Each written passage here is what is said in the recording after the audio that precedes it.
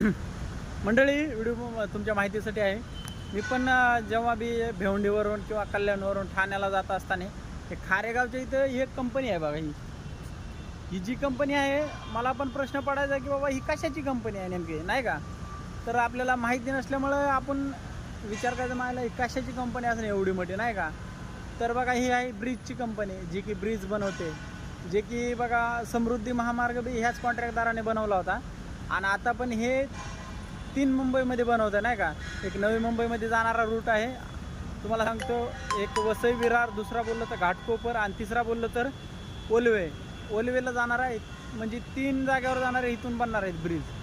पण आता ते कुठल्या रूटनं बनणार आहे ते आपल्याला माहीत नाही तेवढं. बघू शकता हे ब्रिजचं बघा हे, आणि कितीच मोठी कंपनी आहे, नाही का. आणि हे वरून ब्रिज जातो ना, तर सारखा प्रश्न पडायचा की बाबा हे कायच बनतं आहे नेमकं इथं. तर आज मी इथं आलो होतो.